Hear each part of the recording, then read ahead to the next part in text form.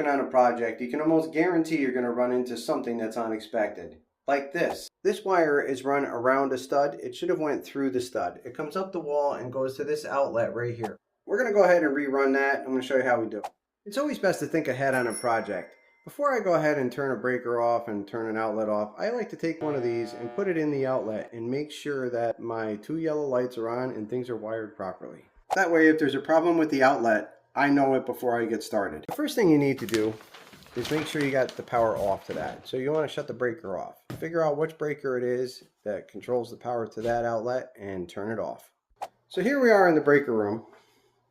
And yesterday I made a mark on the one that we know which one it is. So I'm going to go ahead and turn it off. Maybe not that one. Shut the breaker off and the 2 yellow lights are off. There's no power to this. I'm ready to go ahead and open it up.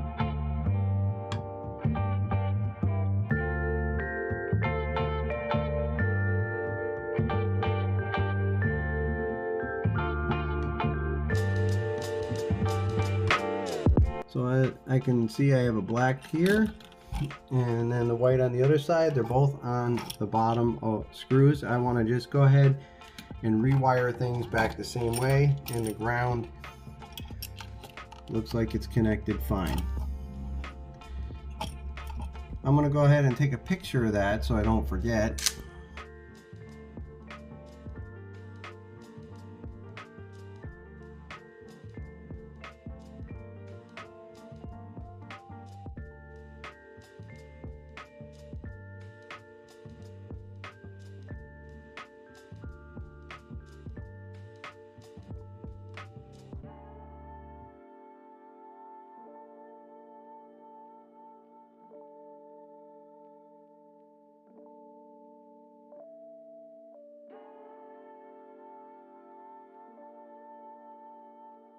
This is my electrical kit that I carry with me. I can get most jobs done with what I have in here, small jobs. So what I really need right now is these right here. Because what I want to do is I want to straighten these out. So I'm just going to take that and I'm going to squeeze them straight so they don't get snagged on anything. I want to take a look inside here. It should feed back through fairly easily.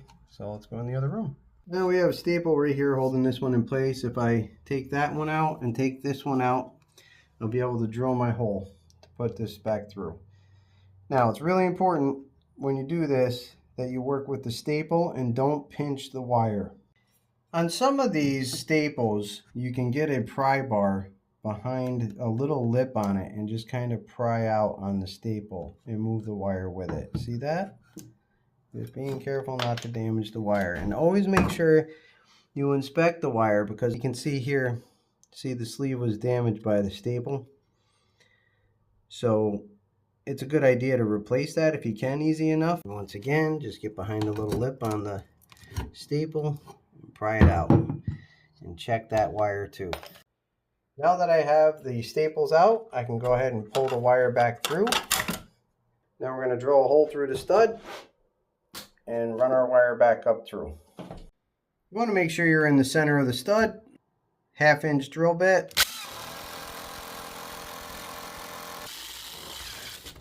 Clear off any potential slivers. Make sure your hole's nice and clean for your wire to go through.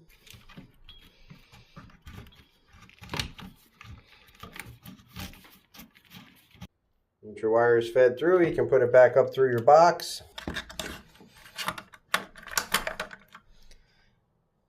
Reach into your box, pull it up through. Make sure you don't damage the sleeve. Go ahead and knock my staple back in. Remember, don't crush the wire. Just make sure it's held in place. Now I'm going to reconnect my wires to the outlet, starting with the ground. Make sure the connection is nice and tight. Move to the next one. Here's something a lot of people don't know. On these guys, these little holes here, these are great for wrapping your wire. Just put it through there just like that and just turn it up.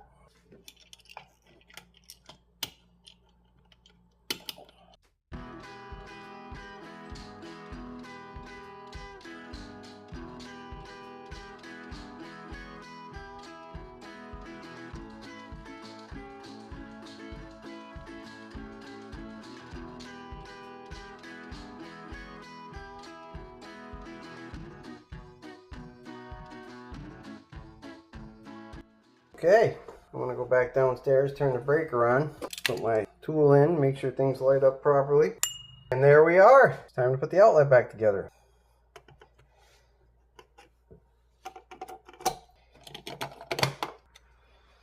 It's important not to tighten that too much. You don't want to crack it. One last check. It'll look great. Well, I hope that helps you replace an improperly run wire around a stud. Don't forget to subscribe, smash that like button, and share my videos. I really appreciate your help.